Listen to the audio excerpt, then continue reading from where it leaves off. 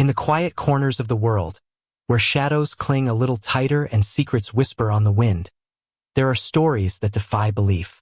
Tales of passion so intense it curdles into poison, of desires that fester in the dark until they erupt into violence. The story you are about to hear is one such tale. It's a story of a love triangle that spiraled into a cold-blooded murder, a betrayal buried under the rubble of a life that once was. But before we pull back the curtain on this chilling account of lust and murder, do me a favor and hit that subscribe button. You won't want to miss the other dark tales we have lurking in the shadows. Now, settle in and let me tell you about Elena, her husband Marcus, and the man who would lead them all to ruin. The old farmhouse on the outskirts of Oak Haven, Illinois, had been in Marcus Thorne's family for 3 generations. It stood as a testament to endurance, its white paint peeling to reveal the sturdy oak beneath, its wraparound porch groaning under the weight of history. To Marcus, it was more than a home. It was a legacy, a living, breathing entity that held the memories of his grandparents and the echoes of his own childhood. He loved it with a fierce, quiet passion, the same way he loved the sprawling acres of corn and soybeans that surrounded it, and the same way he believed he loved his wife, Elena. Elena, however, saw only decay. Where Marcus saw history, she saw rot. The creaking floorboards weren't charming. They were a constant, irritating reminder of the house's age. The antique furniture, passed down through the Thorne lineage, felt like a collection of ghosts she was forced to live with. She had grown up in the city, in a cramped but vibrant apartment that hummed with the energy of a million lives. Oak Haven, with its single stoplight and a population that barely crested 1,000, felt like a tomb. They had been married for 7 years, a union born from a whirlwind romance that had swept them both off their feet. Marcus, a ruggedly handsome farmer with hands calloused from honest work, had been a novelty to the city-bred Elena. He was solid, dependable, a stark contrast to the fleeting, superficial relationships she had known. And for Marcus, Elena was a breath of fresh air, exotic and sophisticated, with a fire in her eyes that promised a life less ordinary. But the fire that had once drawn him in now felt like a scorching heat that threatened to consume him. Elena's initial fascination with country life had curdled into a bitter resentment. She hated the endless cycle of planting and harvesting, the smell of manure that clung to the air on humid summer days, and the suffocating intimacy of a town where everyone knew your business before you did. Their conversations, once filled with laughter and shared dreams, had become a minefield of unspoken grievances. Marcus would talk about the price of corn, the need for a new combine harvester, his voice filled with a passion that Elena could no longer pretend to share. She would counter with stories from her old life in the city, a new art gallery opening, a trendy restaurant she'd read about, her words a subtle, constant jab at the life he had given her. The distance between them grew, an invisible chasm that widened with each passing day. They slept in the same bed, their bodies inches apart, yet they were separated by a universe of unfulfilled desires. Marcus, ever the optimist, believed it was a phase, a rough patch that all married couples went through. He would try to bridge the gap with clumsy gestures of affection, a bouquet of wildflowers picked from the edge of the cornfield, a reservation at the only decent restaurant in the next town over. Elena would accept them with a tight-lipped smile that never quite reached her eyes, her gratitude as hollow as the life she felt she was living. It was into this suffocating quiet that Liam Callahan arrived. Liam was a drifter, a man with a restless energy that seemed too big for the small town of Oak Haven. He had a roguish charm, a quick, easy smile, and a way of looking at a woman that made her feel like she was the only person in the world. He had taken a job as a hired hand on a neighboring farm, but his reputation had preceded him. He was a man who lived by his own rules, unburdened by the past and unconcerned with the future. Elena first met him at the local diner, a place where the coffee was perpetually burnt and the gossip was always fresh. She was sitting alone in a booth, picking at a piece of lukewarm apple pie, when he slid in across from her without an invitation. "A woman as beautiful as you shouldn't look so sad," he said, his voice a low, gravelly hum that sent a shiver down her spine. Elena, who would have normally recoiled at such a forward advance, found herself disarmed by his directness. There was no artifice to him, no carefully constructed lines. He simply saw something he wanted and went for it. For the first time in a long time, she felt seen. "And what would you know about it?" she retorted, a hint of her old fire returning to her eyes. He just smiled, a slow, lazy grin that made her heart do a strange little flip. "I know that a life without passion is no life at all." That single sentence, uttered by a stranger in a rundown diner, was the spark that ignited the tinderbox of Elena's discontent. Liam was everything Marcus was not. He was spontaneous, reckless, and unapologetically alive. He spoke of traveling the world, of seeing places she had only dreamed of a life lived on the edge, free from the suffocating weight of obligation and legacy. Their affair began with stolen glances and secret meetings, fueled by the thrill of the forbidden. They would meet in the abandoned barn at the edge of the Thorne property, the air thick with the smell of hay and their own clandestine desire. In Liam's arms, Elena felt a sense of liberation she had never known. He didn't want to possess her. He wanted to unleash her. He saw the wild, untamed spirit that lay dormant beneath the carefully constructed facade of the dutiful farmer's wife, and he encouraged it to run free. The guilt, at first, was a gnawing, persistent ache. Elena had loved Marcus once, and a part of her still did.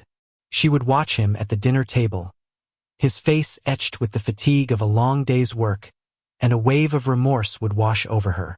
But then Liam's touch, his words, his promises of a different life would come flooding back, and the guilt would recede, replaced by a desperate, all-consuming longing.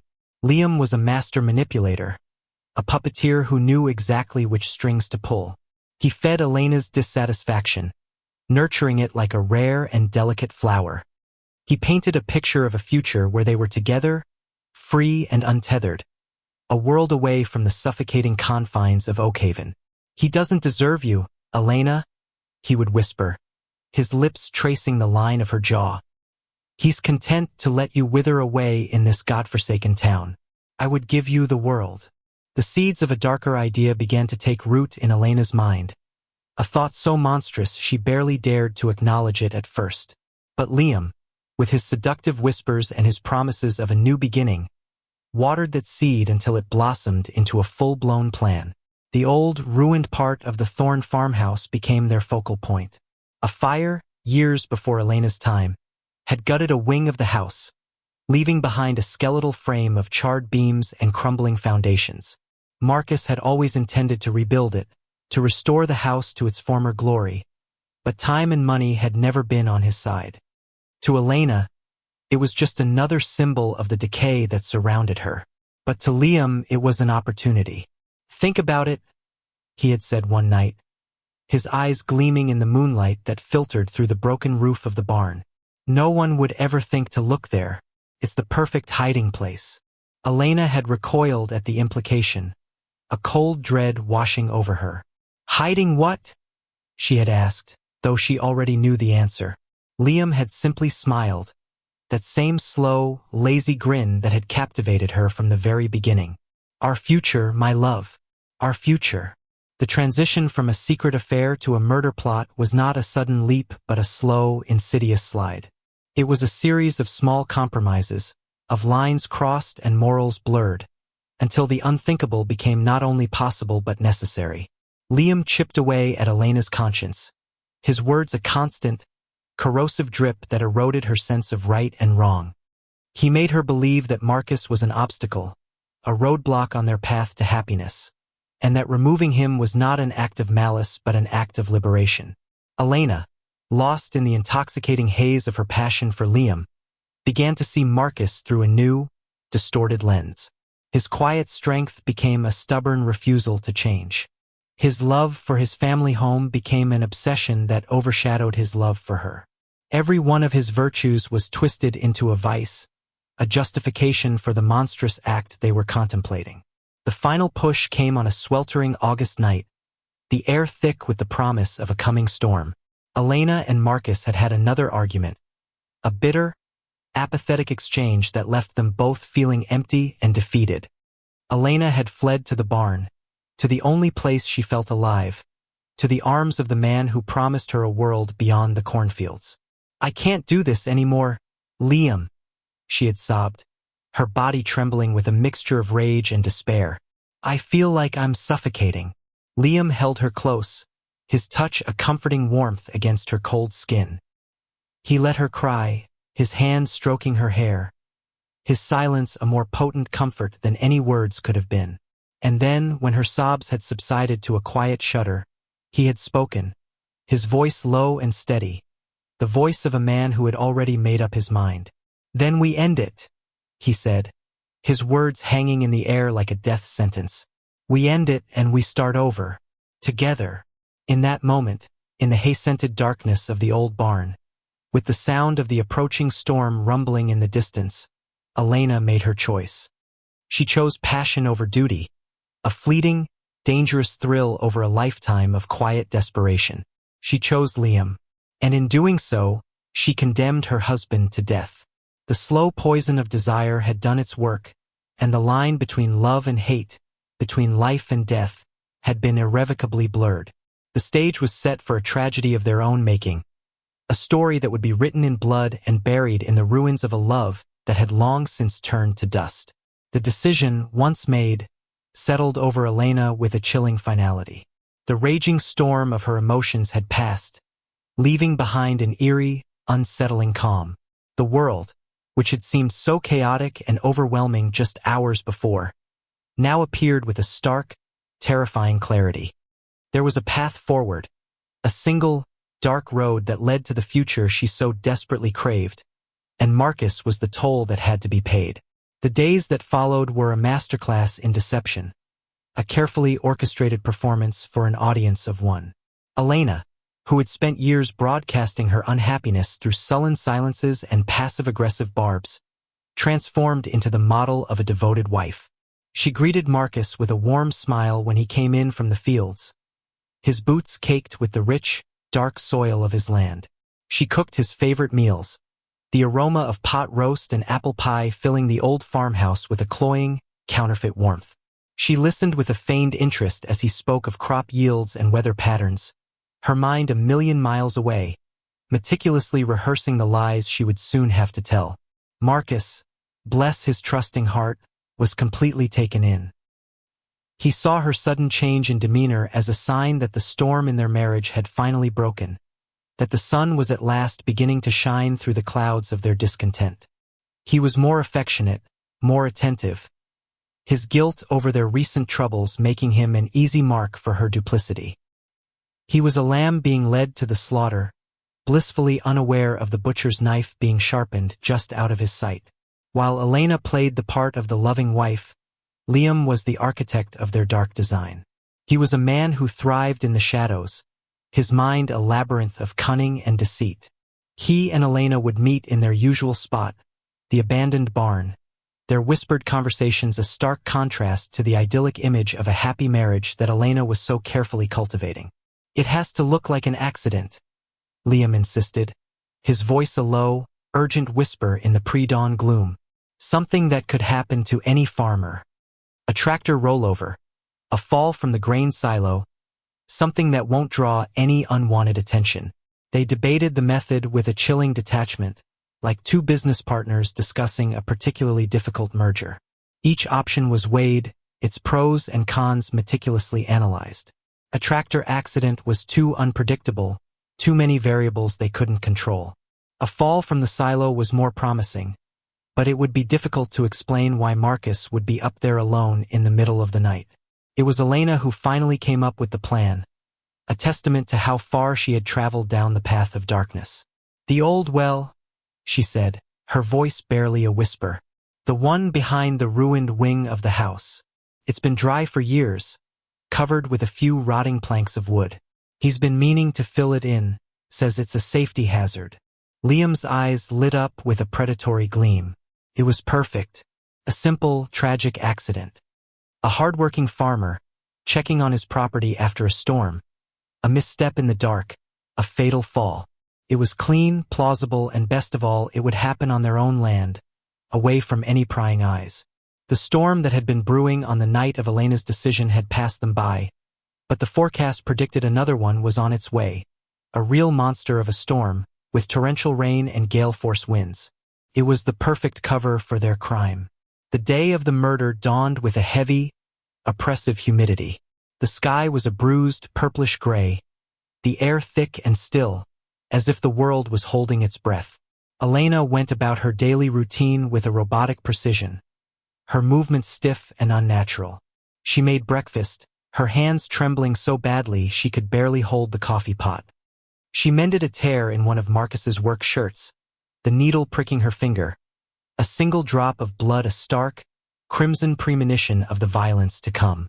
Marcus, oblivious to the tempest gathering in his own home, was in high spirits. He saw the coming storm as a blessing, a much-needed drenching for his thirsty crops. He was a man in his element, a farmer in tune with the rhythms of the land, completely unaware that his own life was about to be tragically cut short. As dusk began to settle, the first drops of rain began to fall, fat and heavy, splattering against the dusty window panes. The wind picked up, a low, mournful howl that seemed to be a harbinger of the tragedy that was about to unfold. Liam arrived under the cover of the storm, a shadowy figure moving through the torrential downpour. He slipped into the barn, his clothes soaked, his face a grim, determined mask. He and Elena had one last, whispered conversation, their words nearly lost in the roar of the wind and the drumming of the rain. "Are you ready for this?" he asked, his hands gripping her shoulders, his eyes searching her face for any sign of hesitation.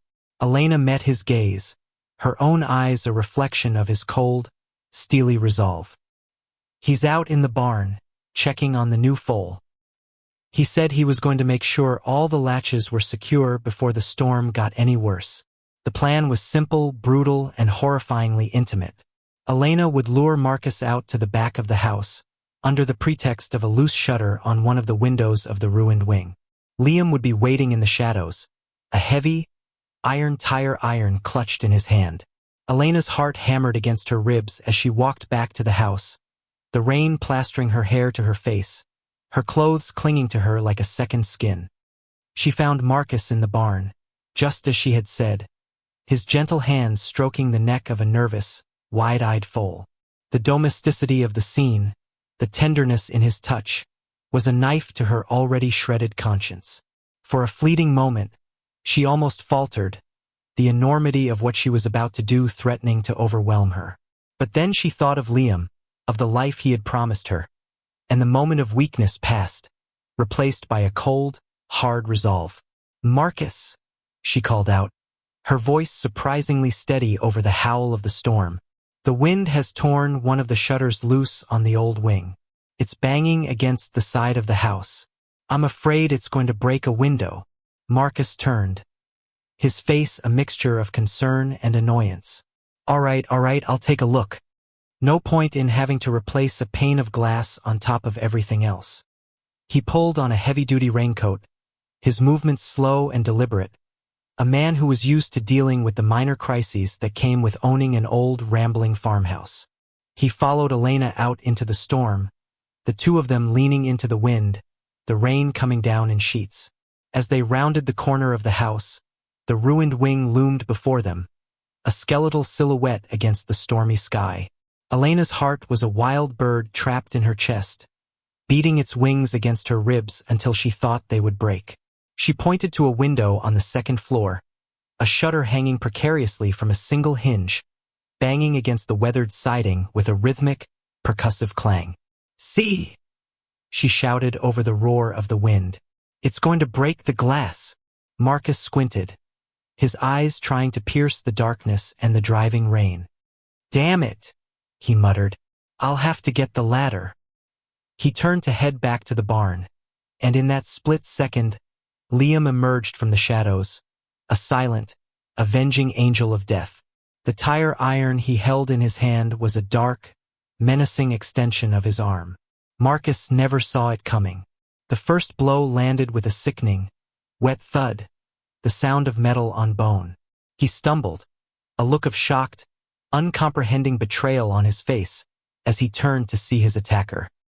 He had just enough time to register the face of the man who had been a fleeting, peripheral figure in his life, the hired hand from the neighboring farm, before the second blow fell. And then the third. Elena stood frozen, a silent, horrified witness to the brutal, efficient execution of her husband. She watched as Marcus crumpled to the ground, his body a lifeless heap at Liam's feet. The rain washed the blood from the tire iron, turning the muddy ground at their feet a dark, gruesome red. The symphony of deceit had reached its crescendo, a brutal, bloody finale that would forever alter the course of their lives. The storm raged on, its fury a fitting soundtrack to the horror that had just unfolded. In the aftermath of the violence, there was only a deafening silence, broken by the sound of the wind and the rain, and the quiet, ragged breaths of a woman who had just watched her lover murder her husband. Liam, his face a mask of grim satisfaction, dropped the tire iron, the metal clanging against the rocky ground.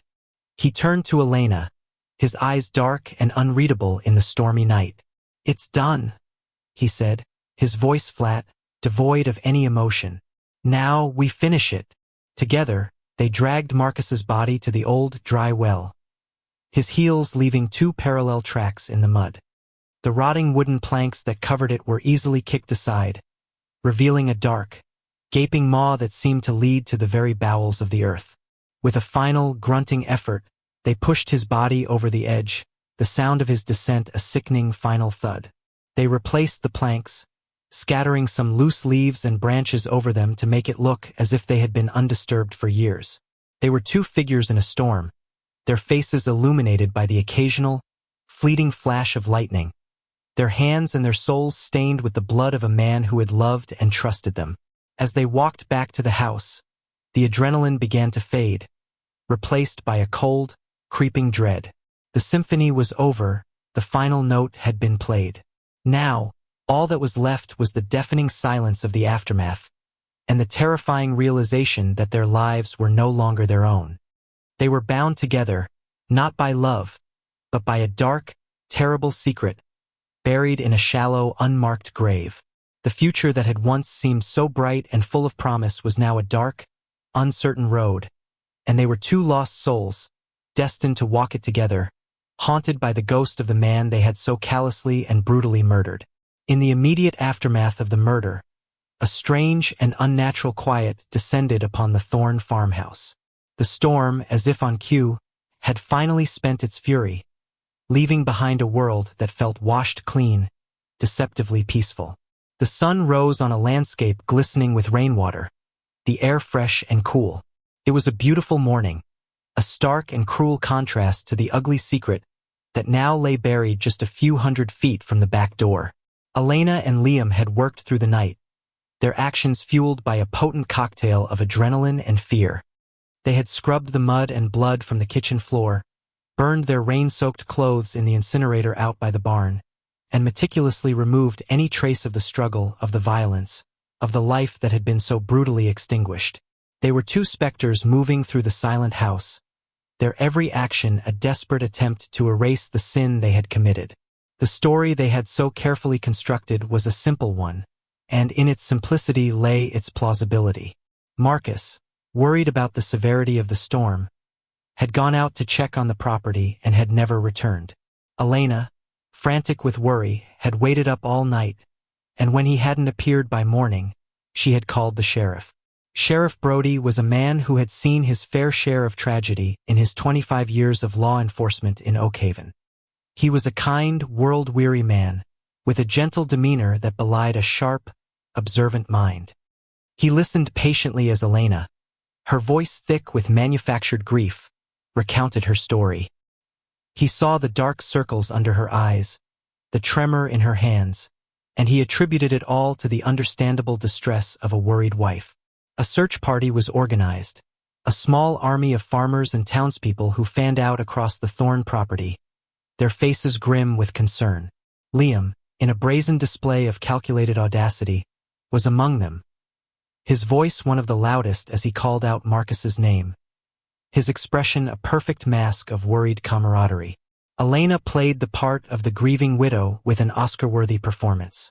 She wept, she wrung her hands, She allowed herself to be comforted by the concerned wives of the neighboring farmers, who brought her casseroles and platitudes in equal measure. But beneath the carefully constructed facade of her sorrow, a cold, hard knot of fear was beginning to tighten in her stomach. The search went on for 2 days, a grim, methodical sweep of the fields, the woods, the outbuildings. But there was no sign of Marcus. The tire iron, which Liam had wiped clean and returned to the back of Marcus's pickup truck, was exactly where it should be. The ground around the old well, thanks to the torrential rain, was a muddy, indistinguishable mess. Their crime, it seemed, was as perfect as they had planned. On the 3rd day, the search was officially called off. The prevailing theory, the one that everyone seemed to accept without question, was that Marcus, disoriented by the storm, had stumbled and fallen into the fast-flowing creek at the edge of his property and had been swept away. It was a tragic accident, a terrible loss for the community, but an accident nonetheless. A memorial service was held, the small-town church overflowing with people who had come to pay their respects to a man who had been a pillar of their community.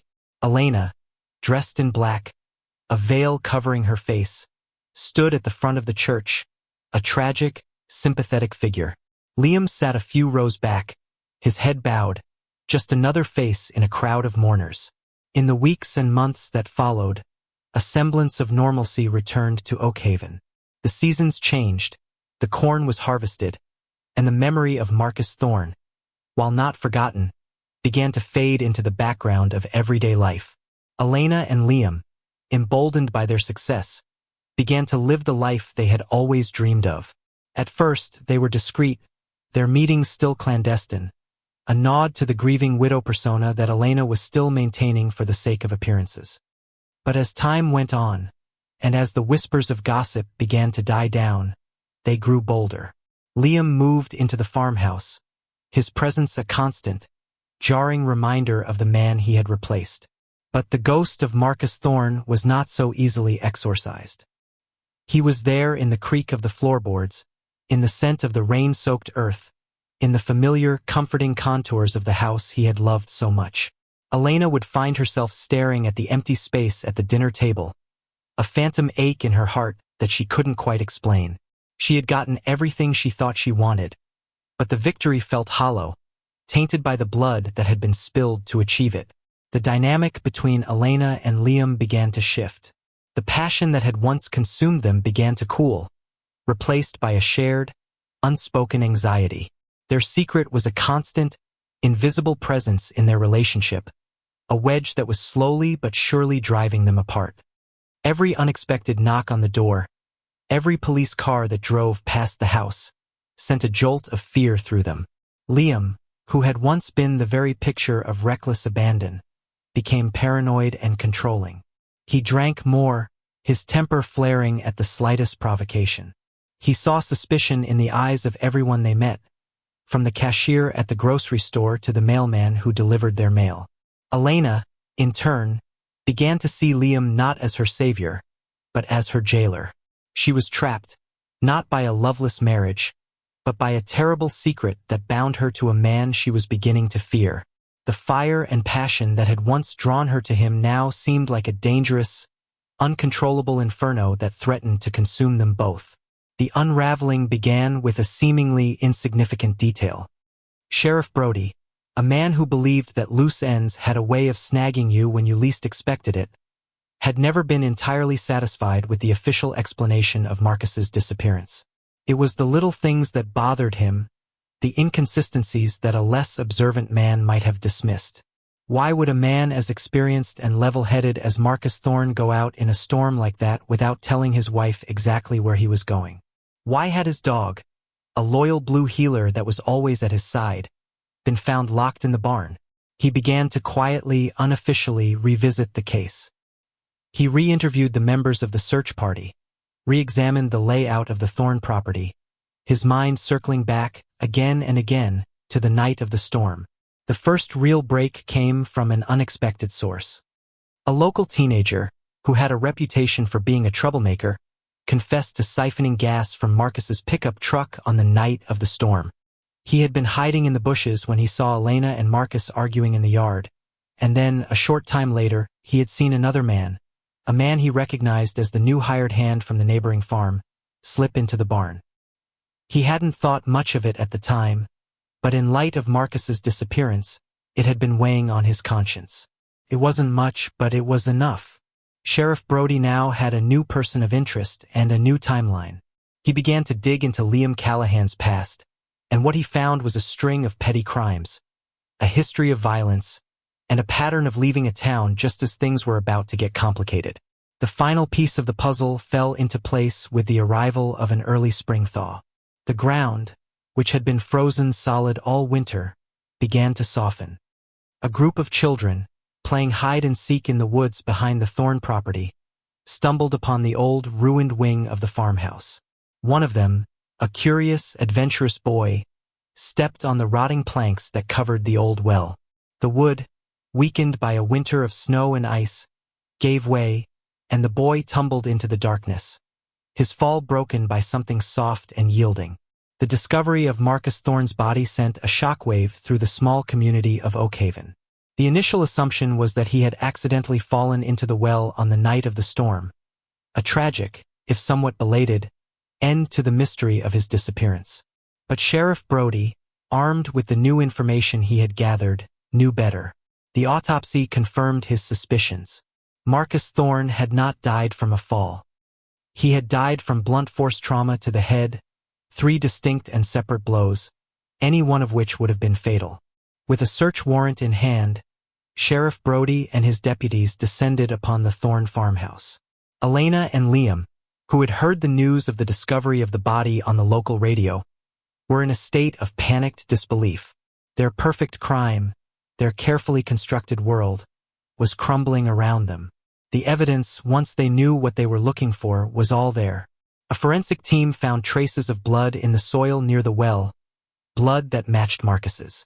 A luminol spray in the kitchen revealed the faint, ghostly outlines of the bloodstains that Elena and Liam had so desperately tried to scrub away. Separated and subjected to hours of intense questioning, their stories began to unravel.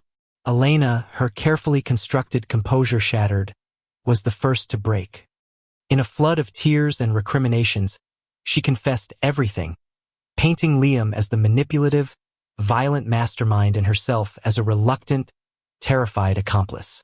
Liam, when confronted with Elena's confession, tried to deny it, but his bravado quickly crumbled under the weight of the evidence against him.